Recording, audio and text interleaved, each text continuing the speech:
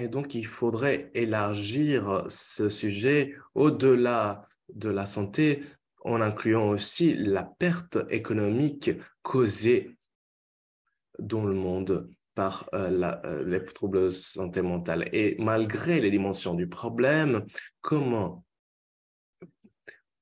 est-il possible que les gouvernements ne dépensent pas assez vis-à-vis de ce sujet et non pas non plus les agences? Ceci est le contexte général dont je voulais vous parler. Mon sujet est en effet innover ou stagner. Ce dont je voulais parler, je veux d'abord remettre le contexte du fléau actuel et des solutions existantes. Donc, quel est le problème et comment est-ce que le monde a décidé d'y répondre? Quels sont les problèmes? Quelles sont les solutions, donc? Donc, cette partie-là est la partie de la stagnation. Et ensuite, la question est comment peut-on changer la donne? Et enfin, je voudrais conclure ma présentation en essayant de faire des prévisions et voir ce que nous pourrions faire pour augmenter l'accès aux services de santé pour les gens qui ont des problèmes mentaux, pas seulement dans des contextes médicaux, mais aussi dans d'autres contextes. La réponse que vous avez fournie m'indique que vous comprenez très bien quelle est la dimension véritable du problème. Nous pouvons aborder le sujet de différentes perspectives. De la perspective de la modalité, nous pouvons aborder le sujet de l'aspect à partir du handicap, de la mobilité. Et il, il faut, on a essayé de identifier le problème avec le DALIS. Nous avons vu que les problèmes mentaux représentent un grand pourcentage des handicaps. Parmi les problèmes de santé, 1 sur 6 handicaps provient d'handicaps mentaux.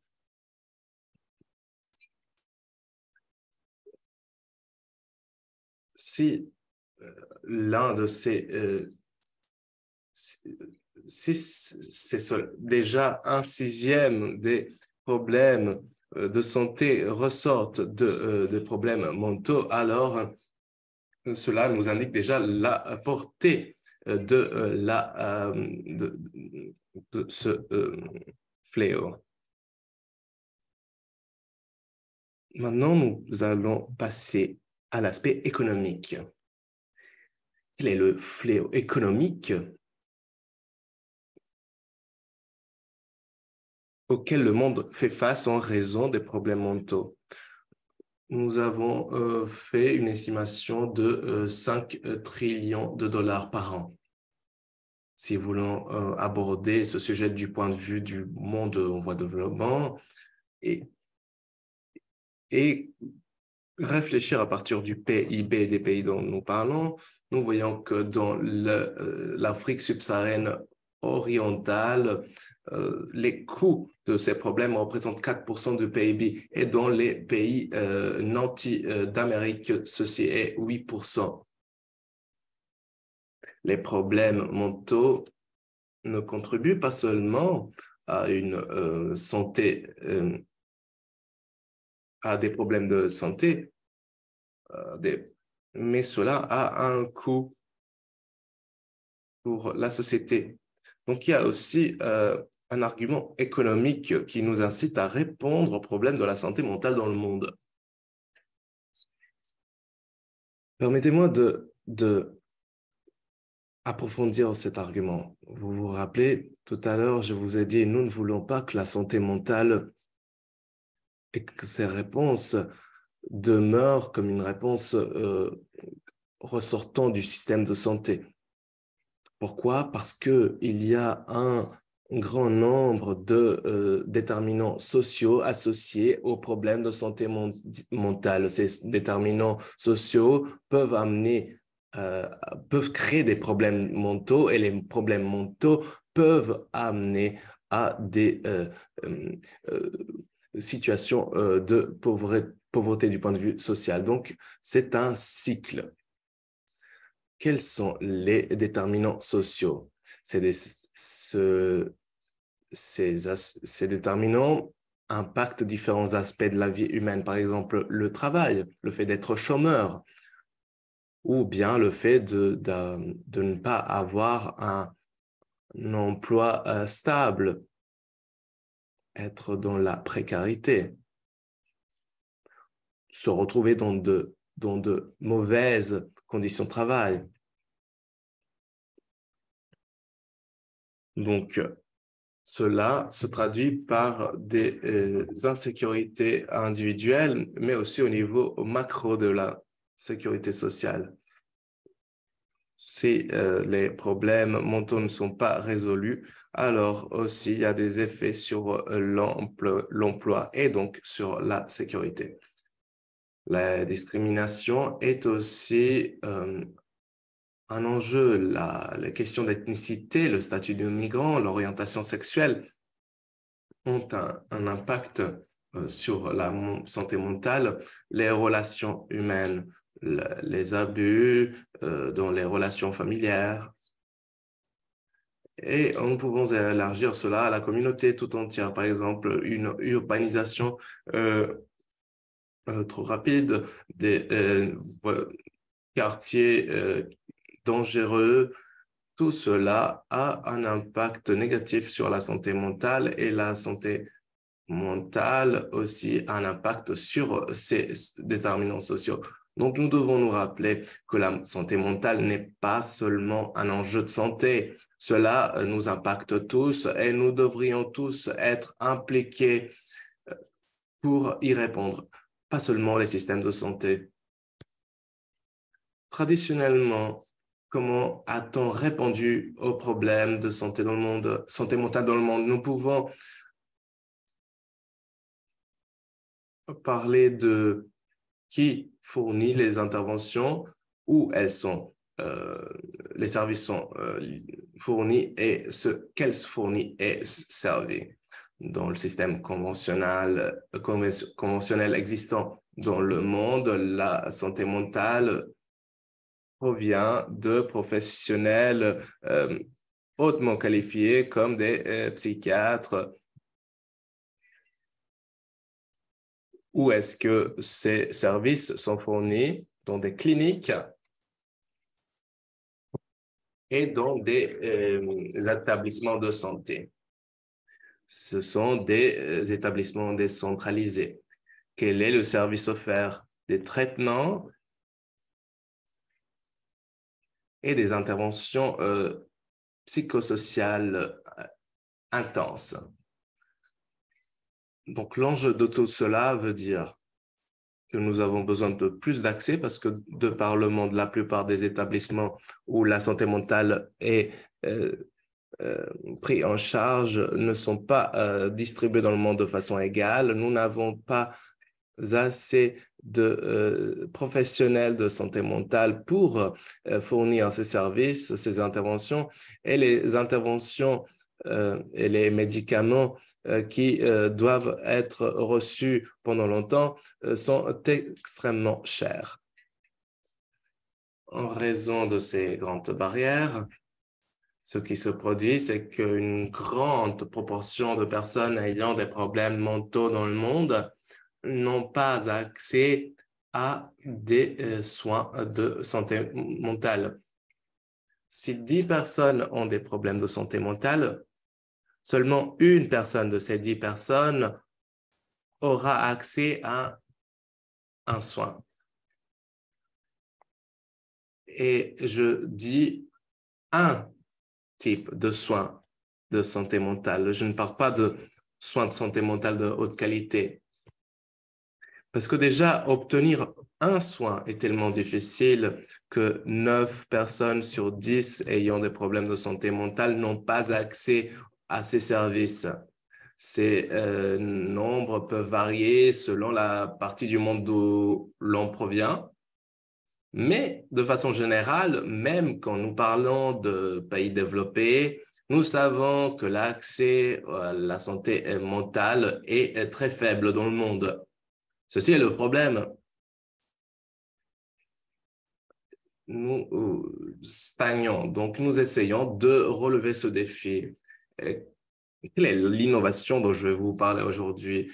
L'innovation s'appelle le task sharing, le partage de la tâche, qui a une longue histoire, a été utilisé dans l'espace de la santé mondiale depuis longtemps, en parlant du soin infantile, mais cela a été aussi utilisé pour la santé mentale. Le partage des tâches veut dire que rationnellement, l'on redistribue les tâches de santé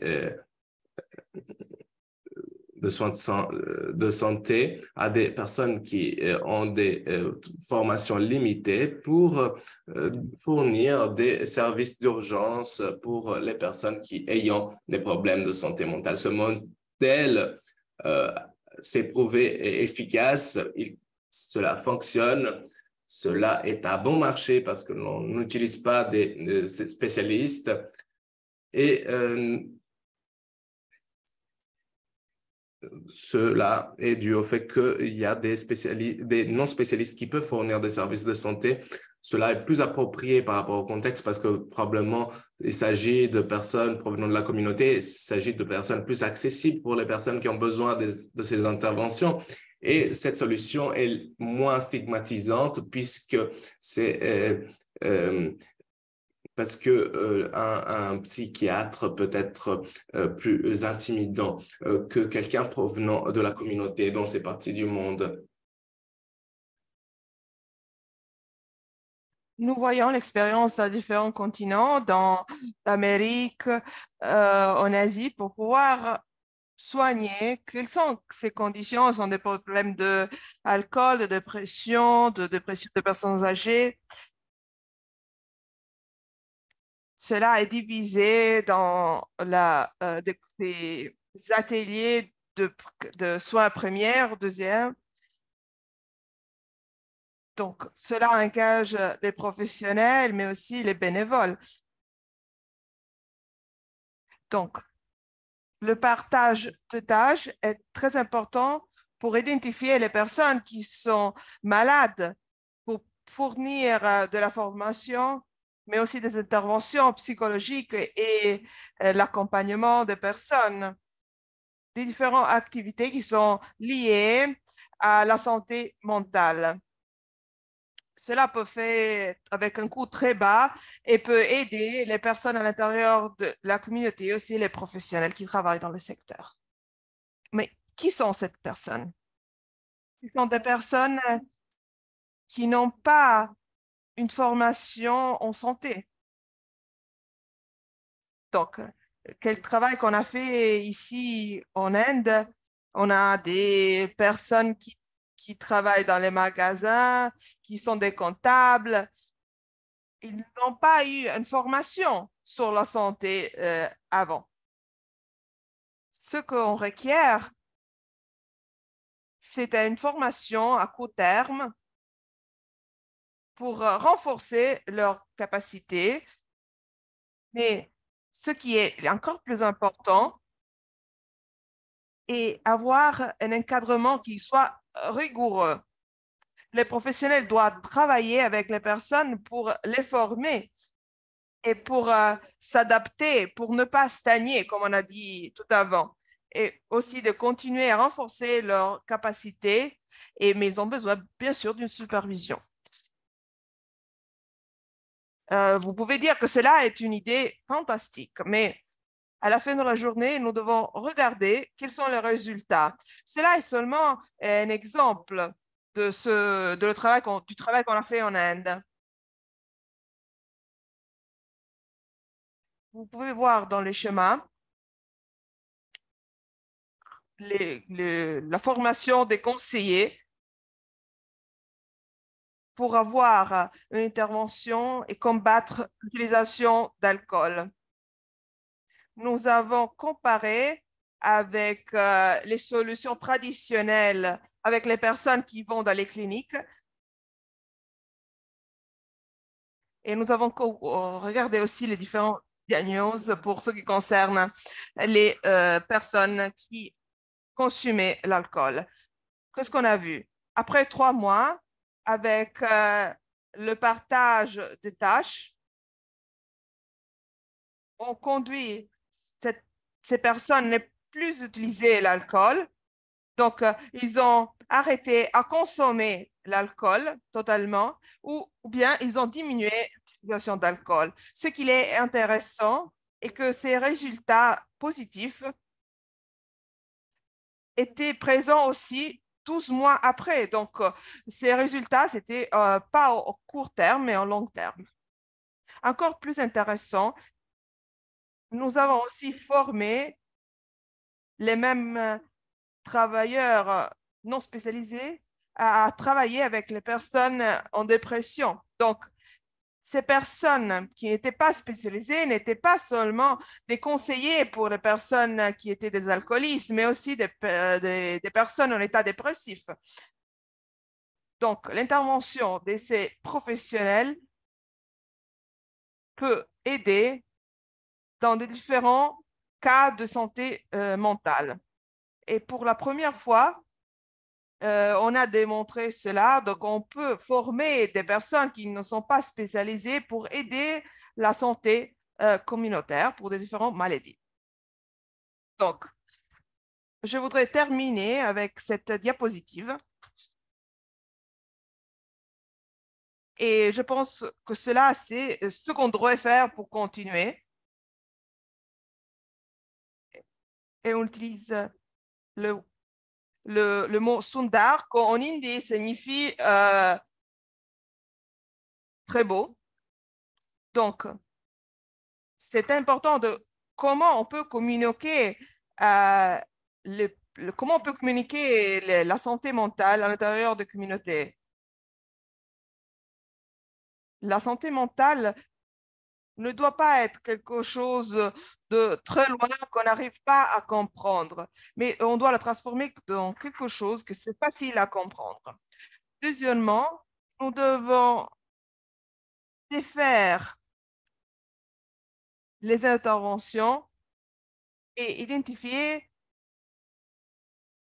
quels sont les pas fondamentaux pour cette intervention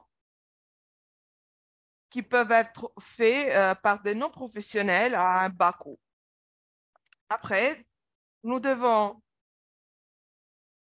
prendre cette intervention dehors des hôpitaux, des cliniques et les amener à l'intérieur des communautés, le plus proche possible où les personnes vivent, pour pouvoir augmenter l'accès à la santé.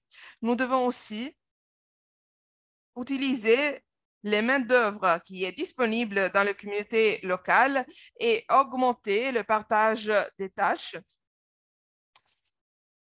On doit le faire pas seulement à l'intérieur des cliniques, mais on doit faire de la formation pair à pair avec des professionnels, mais aussi, par exemple, les enseignants avec les petits enfants. Et finalement, quand on va épargner beaucoup d'argent,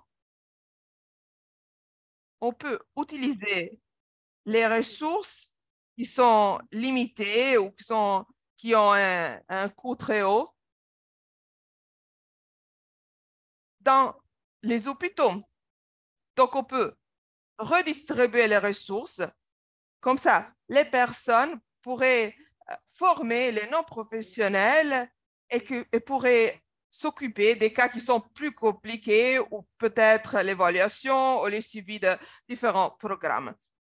Cela sera plus effectif et on va utiliser d'une façon meilleure les ressources limitées que nous avons. Je voudrais souligner mon message. La santé mentale est un problème qui est très grand dans le monde entier. Cela ne doit pas rester un problème des professionnels de la santé, mais c'est un problème de nous tous. Nous avons beaucoup de problèmes pour ce qui concerne l'accès à la santé mentale. Et si nous voulons aller au-delà des barrières, nous devons proposer des solutions innovatives. une des solutions est le partage de tâches avec des non-professionnels. Cela est très efficient et c'est vraiment un coût très bas. Merci beaucoup.